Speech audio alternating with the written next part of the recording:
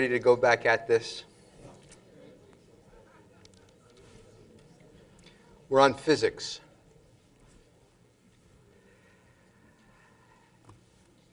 You know, this lecture is the science of reincarnation. There are a lot of anecdotal stories about people who have past life regression or want to contact a relative or thoughts of having lived before. But it stops at just being anecdotal. There is no proof. This is about actually proving that we reincarnate. It's a totally different approach because the warmth of belief falls away in the coldness of clarity and fact. And so, on one hand, this buttresses your faith and experience while not giving you the warm feeling of it. The next section is physics and math. And I'm somewhat trepidatious about addressing this issue based on the, some of the intermediate responses. Because what I want to talk about is quantum biology.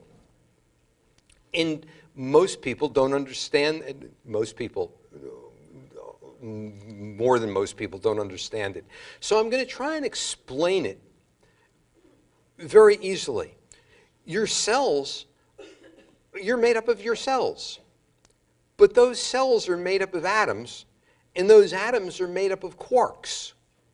And those quarks are made up of smaller and smaller particles until finally what you're made up of is just an energy field.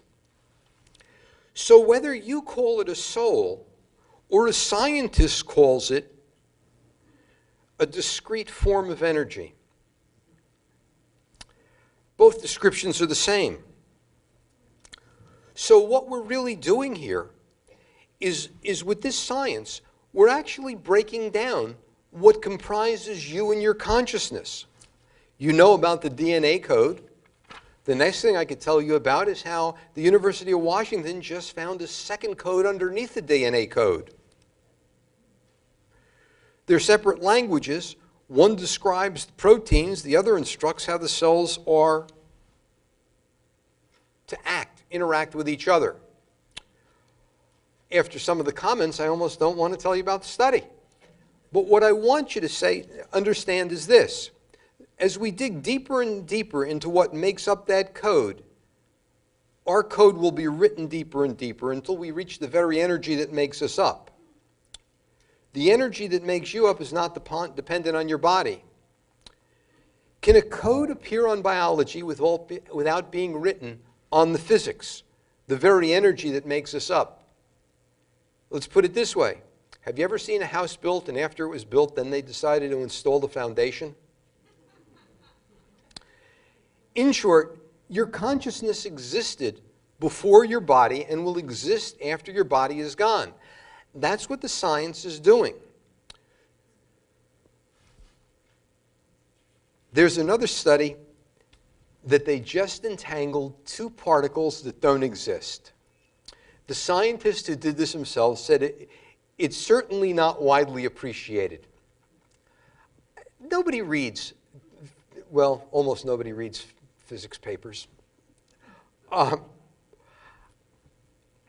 But the fact that these two particles that don't exist at the same time can now be entangled in a lab sort of sounds like what Glenn Ford experienced or what the children experienced.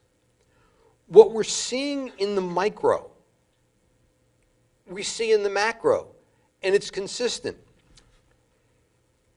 If information is a waveform, then transplant memories make sense. Remote viewing makes sense. And clairvoyance, for the first time, has a theory to support the observation and proofs in a lab that we accept as our reality. So here's the point. We're not saying you have to believe in reincarnation anymore. We're saying it's a fact. That's what the scientists are saying, but in saying it, the first thing that happens is you get blowback.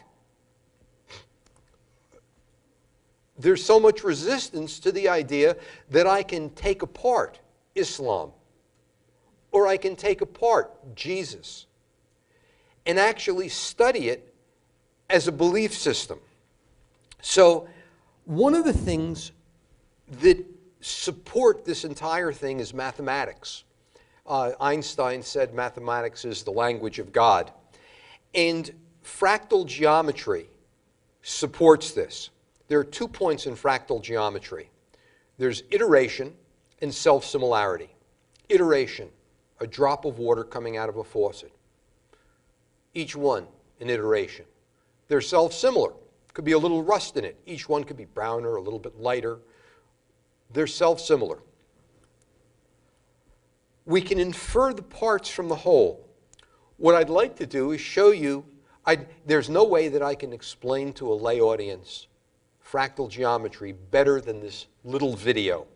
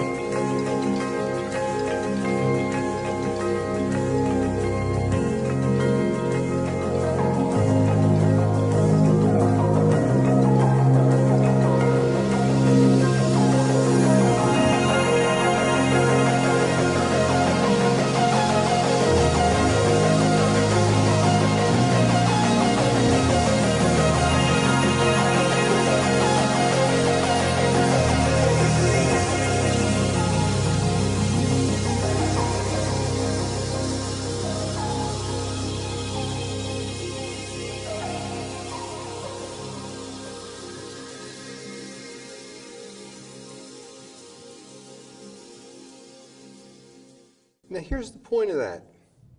If you compare the branching fractal patterns with the composite observations that we have from the anecdotal information,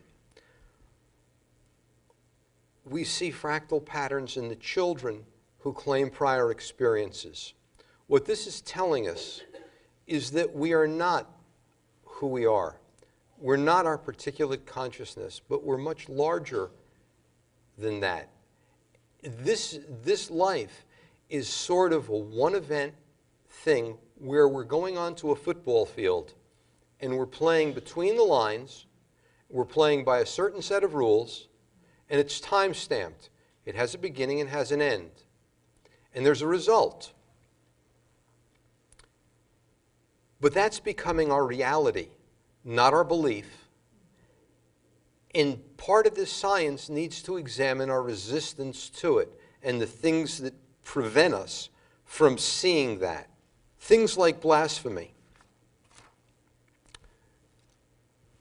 There was a newspaper in Pakistan that wanted to be the house organ for liberal-minded Pakistanis that had to shut down because their authors were killed, their writers were killed. Scripture is another form of resistance to this information.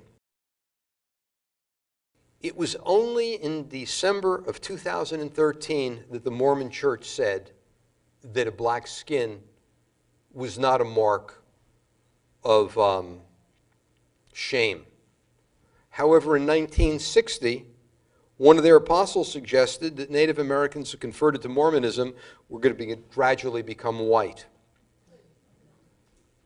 It's what you confront. I mean, if you're going to accept this as a science, then there are a lot of things that are biases that you need to give up. We have a habit of being overly credulous to the things that form our biases, but those biases impede our ability to reason. There was a study done where they tried to have people do math and then change the form of the question so that it hit their bias. One question, this was done at Yale. One question was, we want you to do analysis of skin creams. One gives a rash, one doesn't. And they came up with a set of answers. Then they changed the question to say, concealed carry laws. And people who had biases no longer were able to do the math. They defaulted to what their biases said. There are countries that do that. China has banned Buddhist monks in Tibet from reincarnating without government permission. According to a statement issued by the state administrator, the law goes into effect next month and strictly stipulates the procedures for reincarnating. So how does this science information, how do we effectively change the world? Because what would happen is, if you accept this information, is that gender variance would no longer be the cultural topic it is. It seems that that's built into our genes. We see it in animal populations, but it's denied in animal populations because it's not in the Bible. It's not a part of Scripture. But all it does is create hostility and negativity.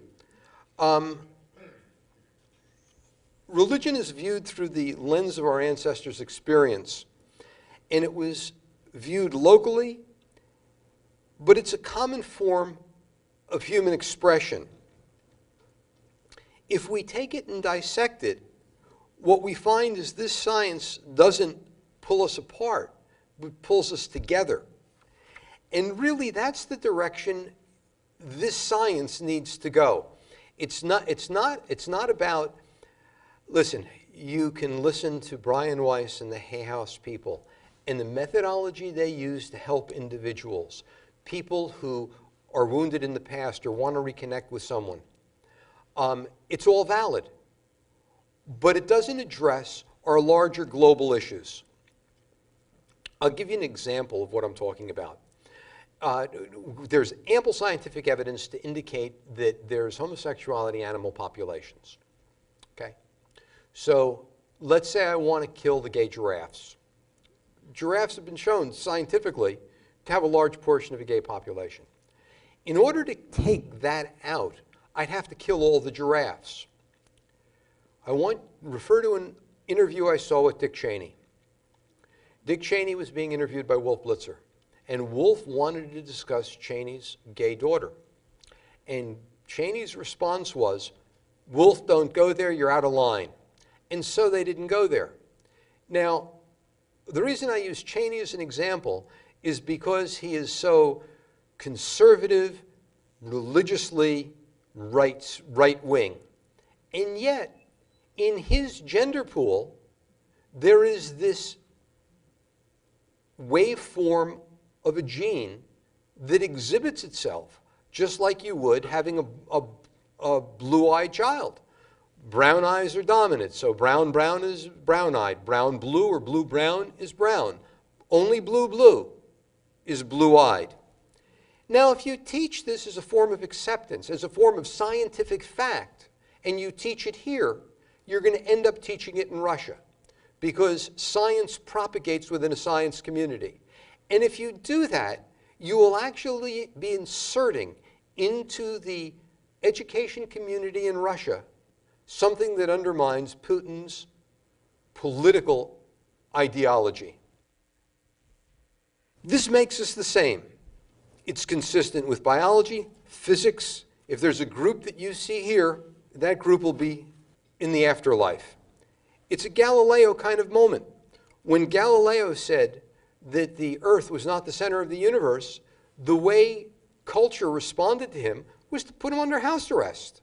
This is a Galileo moment right now, because what's happening is that it's no longer a belief system, it's becoming a science fact. And that's a game changer. And it's a very difficult thing to express to a lay audience the depth that this science is coming to a point at.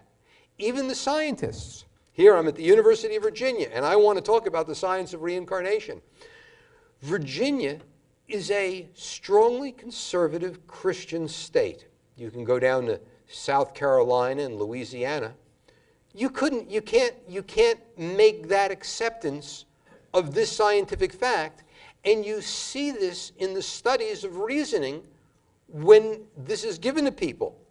So what this is really about, this science lecture here today, is scientifically validating each one of your religious beliefs. Because when you die, Confucius said there are many paths to the top of the mountain, but when we get there, the view is the same for all of us. So what does this show us? That this science doesn't disrespect any religion. In fact, it offers scientific proof for these belief systems. We've proven the efficacy of prayer. We've taken it into the lab and dissected it. It treats us equally, just like every science does. Gender variance is written into the very codes that make us up, just like different colors of our skin. Science is not God. It explains God's world to people who believe, and it explains the world to people who don't believe. But all science becomes political. By teaching this information, we're basically putting an ideological McDonald's stand everywhere. We're exporting the idea of a common denomination. There was a point I omitted, I'm going to put it in right now. When I was in a military think tank, we talked about the McDonald's theory of war. It posits that no two countries with McDonald's franchises have ever gone to war against each other. This is what we talk about in think tanks.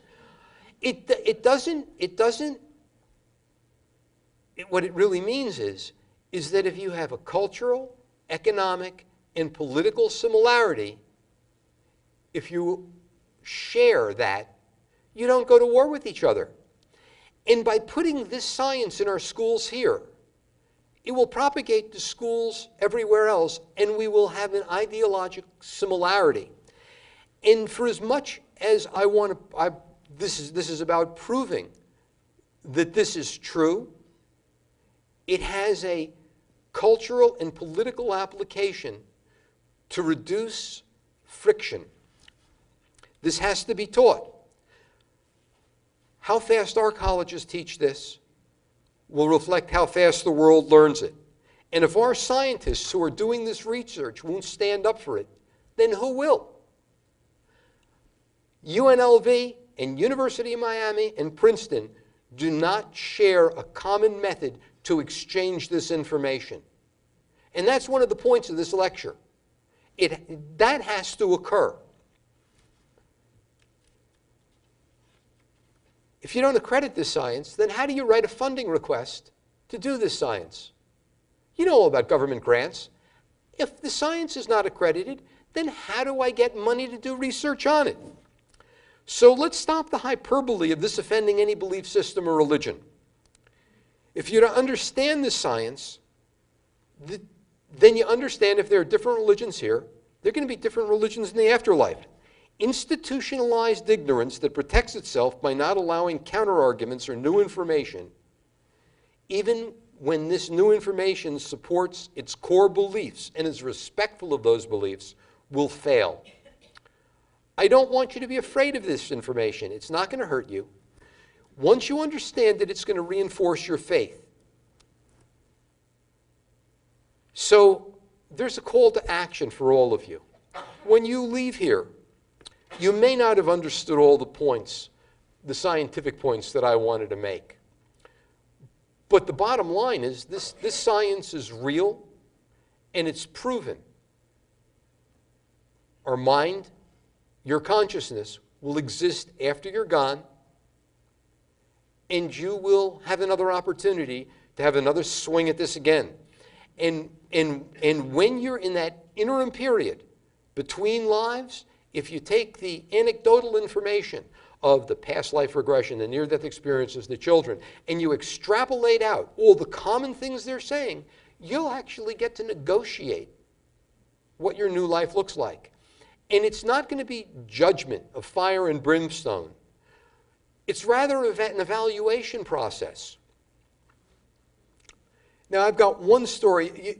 You must realize at this point just the massive information I've waded through. And this was one video that I can't find, and I've seen it before. It was about a woman in England, and she suffered from nightmares. She dreamt that she was in Ireland, and she dreamt that she had died, leaving 7 orphans. By her mid-30s, she had married, had a family in England, and they'd gotten enough money where they could she and her husband could take a trip to Ireland, to the town that she felt she grew up in. She went there and she recognized the streets, and she found the house that she grew up in. The thatch roof that collapsed, and all that remained were the 4 walls. And she went to the town, and she found that a woman who had lived there had died, leaving 7 orphans. And she found that some of the children were still alive, and they were in their 80s. So she called one of them. Now, I want you to cut away, because I want you to see the 85-year-old man speaking about the day he received the phone call from this woman. And he said, I remember the day she called me. She told me who she was, and she had questions. She wanted to know about the 3 pictures on the stairwell, and he told her who was there. And she also had memories of being out in the backyard and beating something and raising dust. And he said, well, we had straw mattresses, and that's what we were doing. And he said he hung up, and he said, then my wife said, who were you talking to? And he said, oh, that was my mom. Now, in a 45-minute conversation, that exchange of information between those people convinced him that she was his mom. Now you cut to the woman. And they asked her, do you believe in reincarnation? And she said, no, I've experienced it. You all are going to have that same experience. That's it. What I would like to do is I would like to open this up to a question and answer period. We have got 15 minutes before they're going to throw me out of here. And I would answer any questions that you might have. Yes, sir. Okay, I'm open to the suggestion that reincarnation is scientific and without violating the laws of physics, being that there's probably laws of physics we haven't discovered yet. However, if this is real, it should be far more ubiquitous. All of us should have had some sort of experience, with some sort of an experience. Well, it depends on how you access it. Oh, the question was that if this is real, it should be far more ubiquitous. All of us should have had some contact with this kind of event. The question is you can access this information, you can train yourself to it, but part of this, as I'm seeing the data, is that you're designed so you don't have access to it. It's in the subtext rather than the text. And that if you train yourself to access this information through meditation, there are books on how to do this, you will be able to develop more of an ability to do it. You can be trained to do this. Yes, ma'am. I was always fascinated by Albert Einstein, who of course left his brain to science. And he said that he would sit in a chair and put himself in an alpha state. And he said that the physical body dies, but we're made up of atoms. And the atoms is all around us. And when he'd have a question, he'd sit down in this state of mind and draw the answer from the atoms around him. And subsequently, after examining slides of his brain, they found it just like your brain and my brain and everybody else's. So I could only hope that someday that will be proven true. One of the things I mentioned to you, and it probably slid by, is that the waveform that they're saying retains our consciousness, we have no good way of incorporating that information into our biology. We simply don't have the technology today. But what's happening is we're seeing the effects of that theory pop up in clairvoyance and remote viewing in children who claim prior experiences. So the brain is not necessarily where that consciousness or access to that information is housed. Yes? Yes, I've read a lot of material that Brian Weiss has read, and it's very readable. Are there any other authors you could recommend for a non-scientific person that would be interesting for us? Stefan Schwartz is the first one that comes to mind, and the book that I would recommend to you is The Secret Vaults of Time.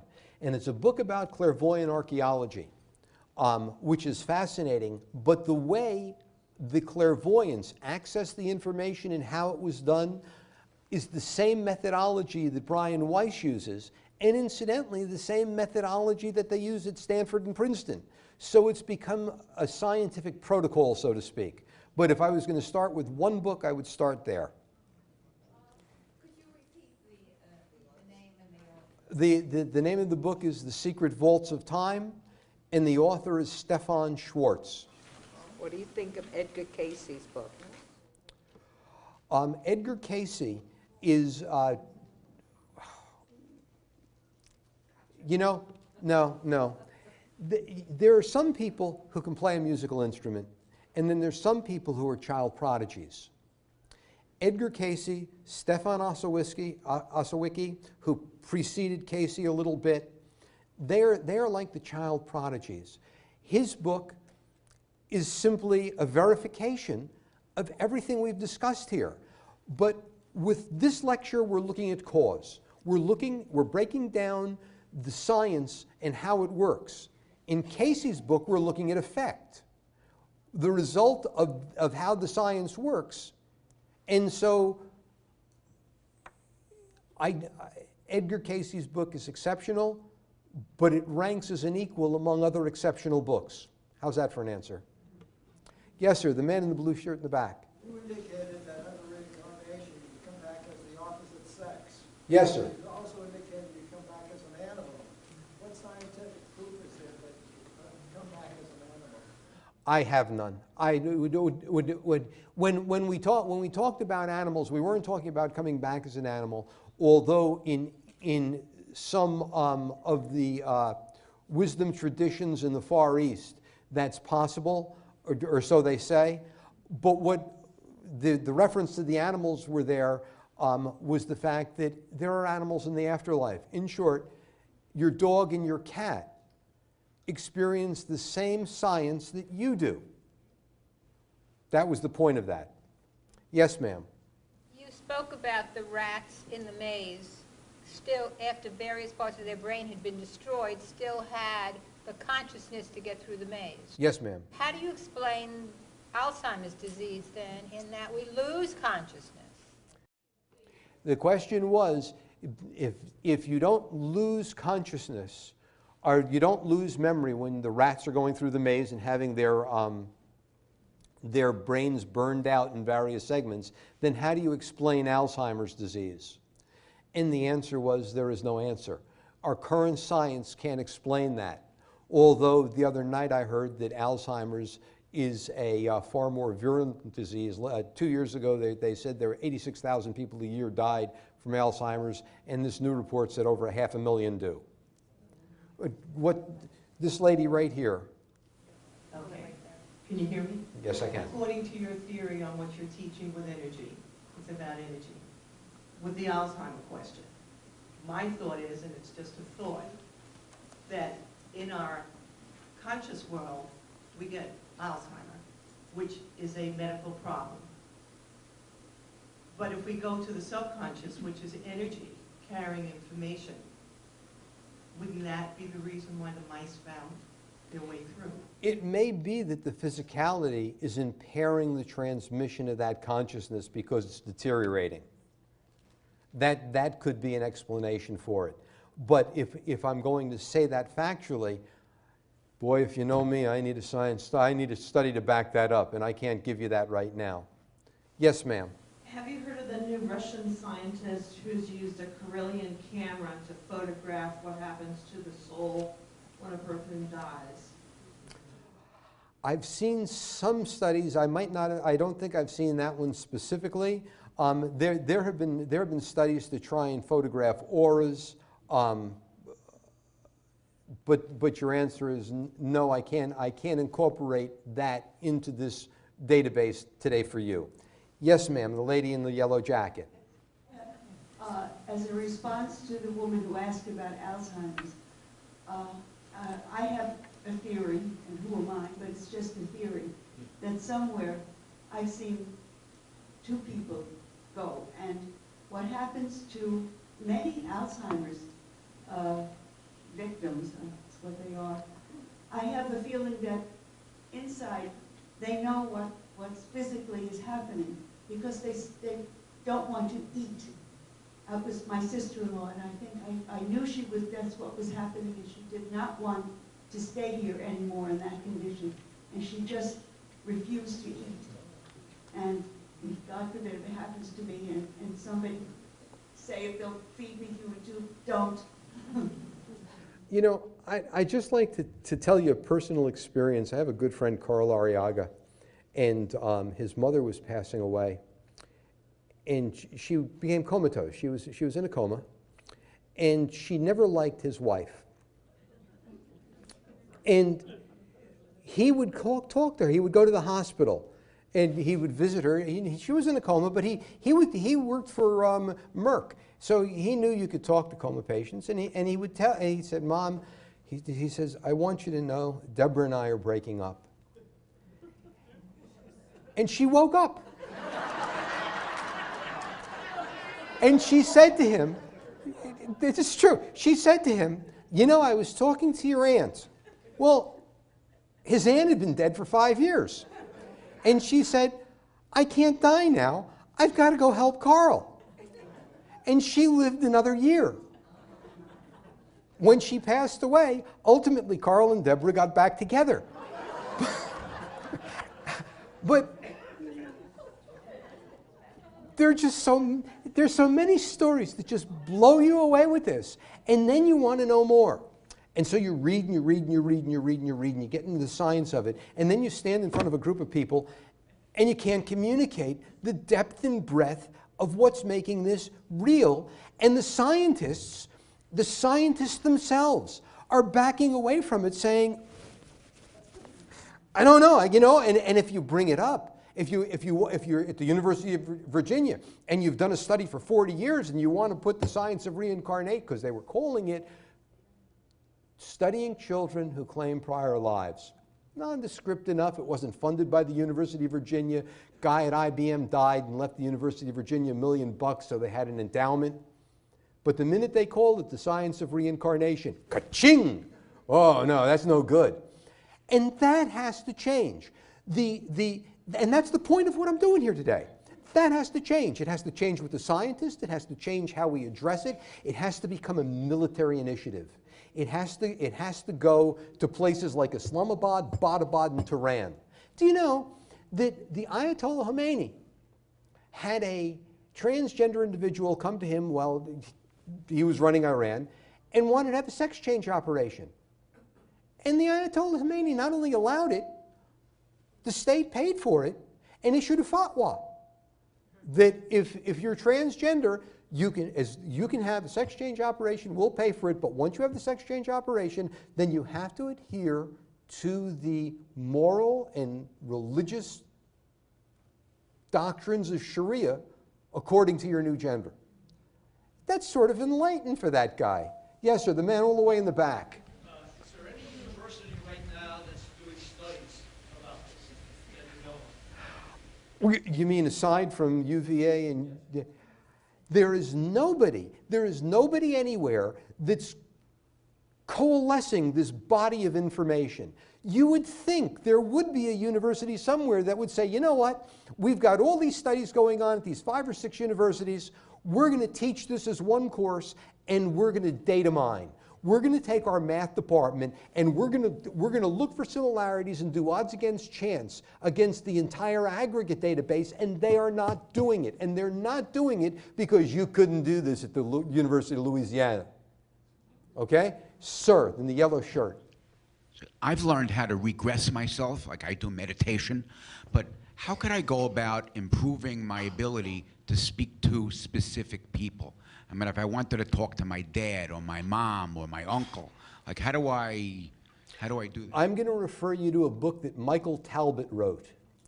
In the late 80s, he wrote a manual on how to do this. I mean, I can't pull out the name of that book right now.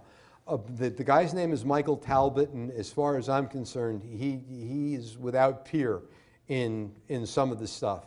But his book will help you directly with that. And referring back to this gentleman, that same book, Talbot, T-A-L-B-O-T, Michael, okay?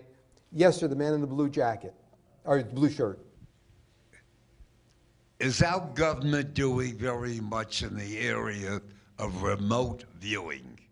The government, you know, I can't answer that question, and I'll tell you why I can't answer that question. Because the government shut down the remote viewing protocol at Stanford. That's what they say to me. But then the government told me that they're not listening to my phone conversations. And the tobacco companies told me that smoking tobacco doesn't really hurt you. Part of this is that I'm being lied to. I'm being lied to so often it doesn't even bother me anymore. Are they doing it? Yeah. I'd be surprised if they weren't. And frankly, if they aren't doing it, I'd be disappointed. So your answer is, they're telling me no, I'm hearing yes. Yes, ma'am, the blonde lady. Just a thought on this, your thought. We're talking about reincarnation.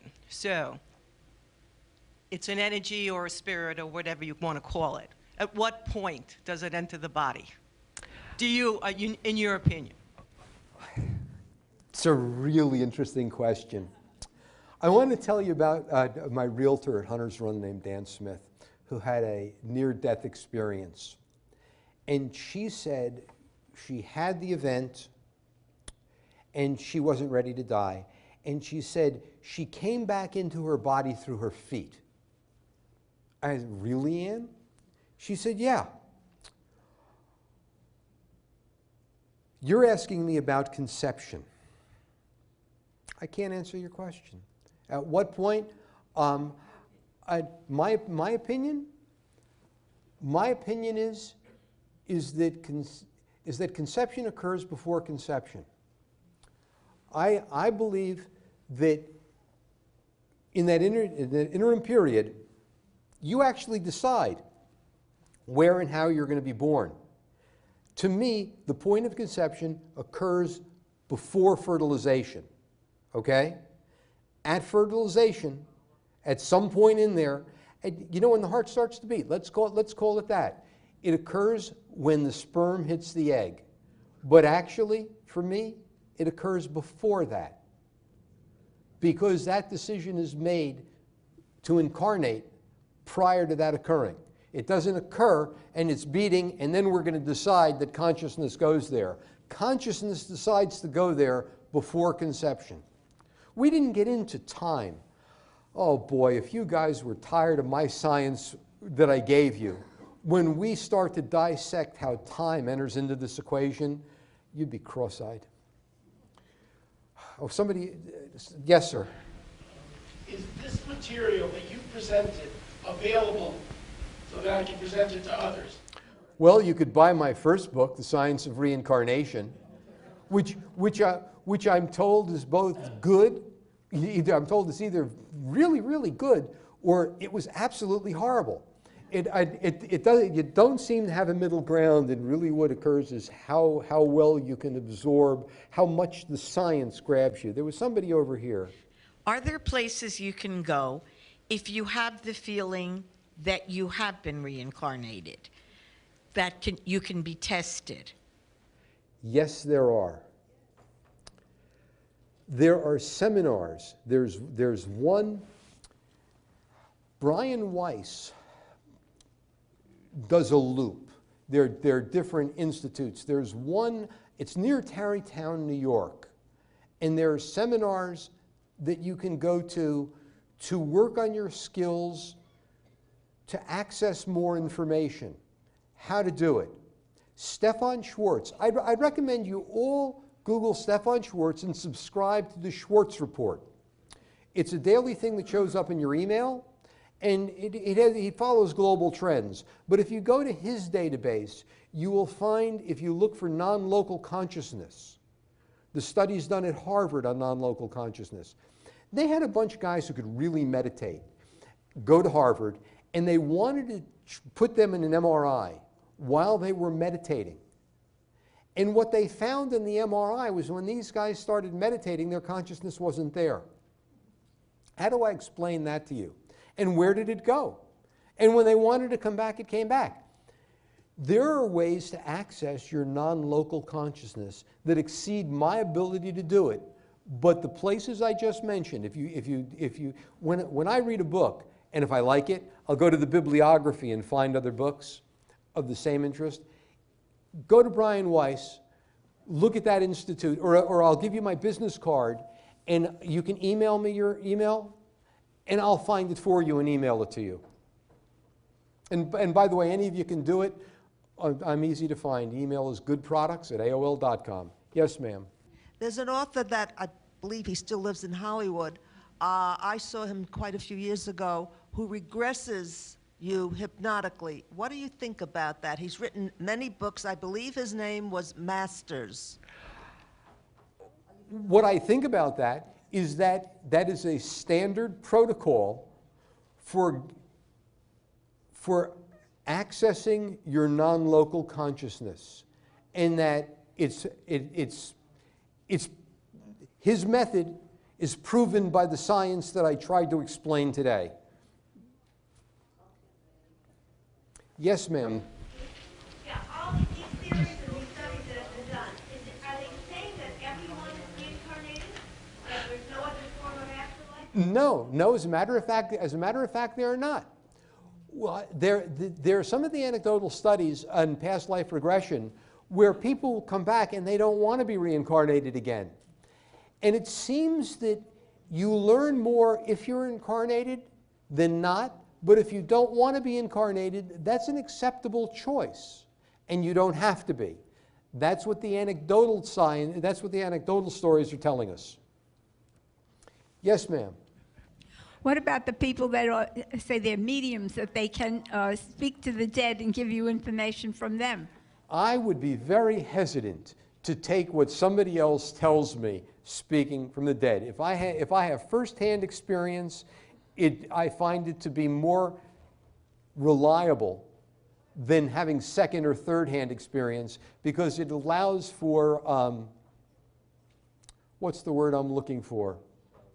Thank you, charlatanism.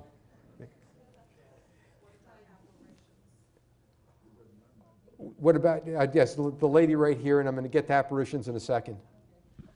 At one point in time, our population was a lot smaller than it is now. What happened to increase the number of souls, or? Delightful question. One of the anecdotal experiences that I read is that other planets are being colonized. Well, wait a minute. With non-local consciousness, it's a diffuse wave state. One of the scientists suggested that if we're doing remote viewing, we should develop a clairvoyant space corps. If we're going to look for life in outer space, why don't we do it with clairvoyance? Do you know the Canadian defense minister said there are aliens here and some of them went to Las Vegas dressed as nuns? No, please. And now this is the Canadian defense minister. If you think about it, from the year 0 to the year 1900, we have one subset of scientific advancement. From 1900 to the year 2000, suddenly we have this burst. And there's talk about reverse engineering alien technology, or getting it somewhere that's not being driven by us. There are a lot of different things out there, and there are things that don't make sense when you look at it, that have to have external causes. What caused this burst of technology in the last 100 years? So I've sort of lost the question. All right. We're over time. Thank you all for coming. Thank you.